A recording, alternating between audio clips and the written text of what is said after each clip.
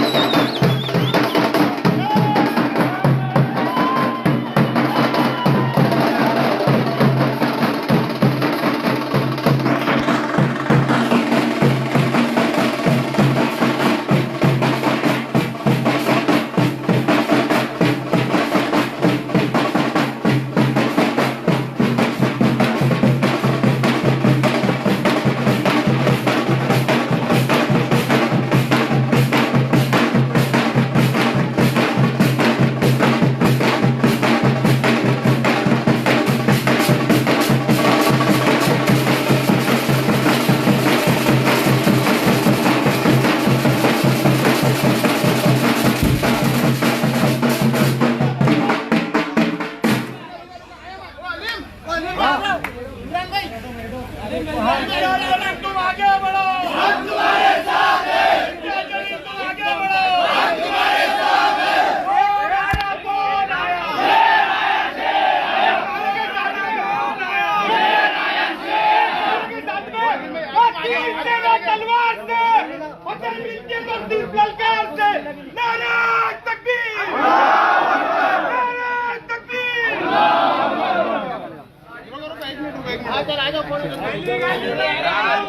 लाल भाई तुम आगे बढ़ो।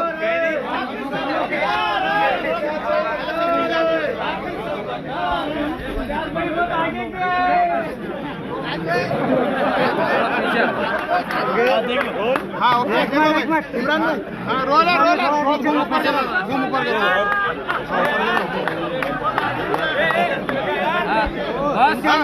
इम्तियाज भाई रोलर क्या कहेंगे अब? आपकी उम्मीदवारी जाहिर हुई है। नाम से पूर्व विधानसभा से क्या कहेंगे? जी अल्हम्दुलिल्लाह, मैं मेरे कायद बैरिस्टर असद नईमी साहब का तहे दिल से शुक्रिया अदा करता हूँ। उन्होंने एक बार फिर से मुझ पर यकीन जताया और उन्होंने आज ऐलान किया है कि औरंगाबाद ईस्ट से मैं विधानसभा का इलेक्शन लड़ूंगा।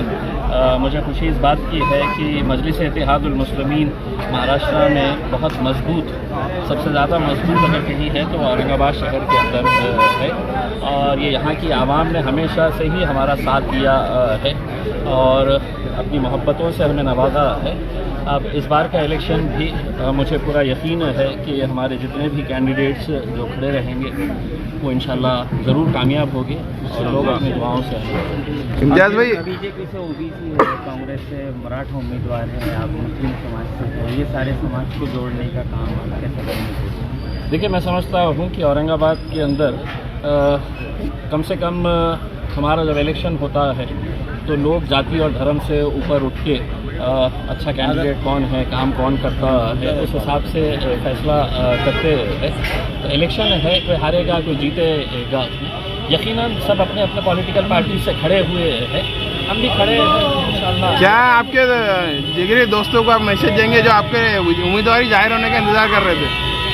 देखिए, मैंने ये कहा है कि मजलिस इत्तेहादुल मुस्लिमीन के नाम में ही एक इत्तेहाद शब्द है, और यकीनन जब किसी का कैंडिडेट डिक्लेयर होता है और दावेदार उतने ही मजबूत होते हैं, फैसला किसी एक के हक में होता है, लेकिन यकीनन जितने भी लोग हैं वो पूरे ताकत के साथ मजलिस के साथ रहेंगे, जुड़ेंगे और पूरी ताकत के साथ काम करेंगे। टिकट के लिए दूसरी पार्टी में जाने वाले लोगों से देखिए, हर आदमी को ये इख्तियार है कि कौन कहाँ जाना चाहता है, लेकिन मजलिस इत्तेहादुल मुस्लिमीन के अंदर मैं नहीं समझता हूँ कि ऐसा कुछ होने वाला है। ठीक है, मतलब ये पार्टी उसी वक्त आगे बढ़ सकती है, हमारी क़यादत उसी वक्त खड़े हो सकती है जब हम आमिर साहब को, हम हमारे क़ायद के फ़ैसलों के ऊपर हम सब ने लब्बैक कहना सीखे। उनका जो भी फ़ैसला है, अगर हम अपने क़ायद को ही नहीं मानेंगे तो ये पार्टी कभी बढ़ नहीं सकती है, हमारी क़यादत कभी खड़े नहीं हो सकती है। इसमें साहब ने फ़ैसला किया है, अल्हम्दुलिल्लाह मुझे यकीन है कि पूरी आवाम इसके ऊपर लब्बैक कह के आगे काम करेगी। मुस्लिम मराठा का देखिए, सिर्फ मुस्लिम मराठा ही नहीं है, और भी दूसरे जितने भी लोग हैं जिन्होंने मेरा काम देखा है विधानसभा के अंदर, जिन्होंने लोकसभा के अंदर मेरा काम देखा है, तो यकीनन वो लोग इस बात को सोचते हुए जो गलती लोकसभा के अंदर हुई थी उनसे, तो वो गलती नहीं दोहराएंगे और इस बार दोबारा मुझे विधानसभा के अंदर भेजेंगे। औरंगाबाद की आवाम के लिए कुछ खास मैसेज देना चाहेंगे आप? देखिए, मैं आवाम को सिर्फ इतना कहना चाहूँगा कि हर आदमी को ये इख्तियार है कि वो अलग अलग पार्टी में रह सकता है। सियासत के अंदर ये ज़रूरी नहीं है कि हर कोई आपका चाहने वाला रहेगा, आपको मानने वाला रहेगा, आपको फॉलो करने वाला रहेगा। आपके मुखालिफिन भी रहेंगे, आपसे मुख्तलिफ राय रखने वाले भी रहेंगे, आपकी कोई अलग आइडियोलॉजी, आपकी अलग सोच के हिसाब से वो हमारी मुखालिफत भी कर सकते हैं, लेकिन इस स्तर के ऊपर मुखालिफत ना करें कि कल जब हमारा आंखों से आंखें मिलेगी, जब आमने सामने आएंगे तो शर्मिंदगी महसूस ना हो। तो ये लेवल के ऊपर आप लड़िए, जहाँ पर रहना है रहिए, आप जिस जमात में है, जिस पार्टी के अंदर है, आप वहाँ पर रहिए, काम करिएगा, लेकिन लड़ाई का भी एक स्तर होना चाहिए। उसको इतने घटिया लेवल के ऊपर नहीं लेकर आइए कि आगे चलकर हमको एक दूसरे से आंखों में आंखें मिलाने के लिए शर्मिंदगी। विकास के कौन कौन से मुद्दों पर आप इलेक्शन लड़ेंगे? देखिए, औरंगाबाद के अंदर क्या है आप खुद जानते हैं, जो मुद्दे पिछले 3-4 महीनों के अंदर बदले हैं ऐसा नहीं है। औरंगाबाद के अंदर क्या क्या करना है ये तमाम आवाम को हमने लोकसभा के इलेक्शन के दौरान हमने बताए थे। इस बार भी ये है कि इस शहर के अंदर स्कोप बहुत है काम करने का। उसमें अगर जज्बा है किसी के अंदर, कोई जद्दोजहद करना चाहता है तो बहुत कुछ कर सकते हैं। सर, एक सवाल मेरा ऐसा है, अतुल साहब अभी हाल ही में कह रहे थे कि एमआईएम में आपस में ही लड़ाई चल रही है और जिस तरीके से 2 बार मैं जीता हूँ, इस बार भी कोई भी उम्मीदवार मेरे सामने आए मैं इस बार जीतूँगा, ये उनका दावा है। अतुल साहब को ये कहना कि हम दिखाने के लिए कुछ दिखाते हैं और करना भी तो करते हैं, तो आपको दिख रहा होगा कि हम लड़ रहे हैं, अंदर से हम सब जुड़े हुए हैं।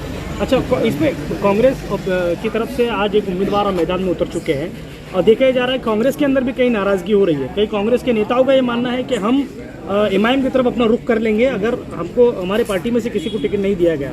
ऐसे कुछ चेहरों के नाम आपके सामने आएंगे जो कह रहे हैं कि हम आपका सपोर्ट कर देंगे क्योंकि हमारे पार्टी में से किसी को टिकट नहीं मिला है, जो नए आए उनको टिकट दिया गया है। देखिए, ये उनकी पार्टी का इख्तियार है, दूसरी पार्टी किसको टिकट देती है मैं इसके अंदर बहुत ज़्यादा नहीं बोल सकता। वो उनका इख्तियार है किसको देना, और जो लोग इतने सालों से उनके साथ जुड़े हैं, वो एक मर्तबा संजीदगी से बैठ के इस बारे में सोचना चाहिए कि हम चाहते हैं कि हमारी क़यादत खड़ी हो, और वो अगर इस तरह की अगर हरकतें करते हैं तो जितने भी लोग अलग अलग पार्टियों से जुड़े हुए हैं, आज जब उनके ऊपर नाइंसाफ़ी हो रही है तो कहीं ना कहीं उन्हें बैठकर सोचना है, हमें सोचने की ज़रूरत है। महाराष्ट्र में कितने जगहों पे आपने देखिए साहब, अभी तक तो मेरे हिसाब से 6 सीट्स सिर्फ डिक्लेयर हुए हैं। पहले 5 जो डिक्लेयर हुए थे उसमें मेरा भी नाम था, और कल हमारे नासिर सिद्दीकी साहब का नाम डिक्लेयर हुआ है। अभी बाकी के जितने भी उम्मीदवार हैं, हम समझते हैं कि 29 तारीख के दिन जो आखिरी दिन है उस दिन है तो असद साहब डिक्लेयर करेंगे। ठीक है, थैंक यू। ओके, शुक्रिया।